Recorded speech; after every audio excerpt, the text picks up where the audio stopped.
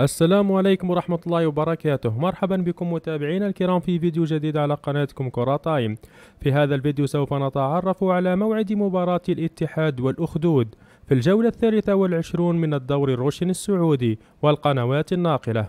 وقبل أن نبدأ في التفاصيل ياريت نبدأ بالصلاة على النبي عليه أفضل الصلاة والسلام، ولا تنسى دعمنا بلايك والاشتراك بالقناة ليصلكم كل جديد.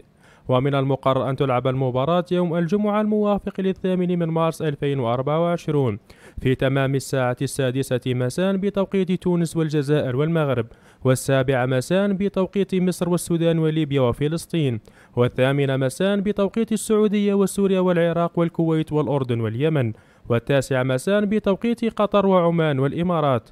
وسوف تلعب المباراة على ملعب الأمير عبد الله الفيصل، ويتم نقل مجريات المباراة على قنوات SSC سبورت السعودية.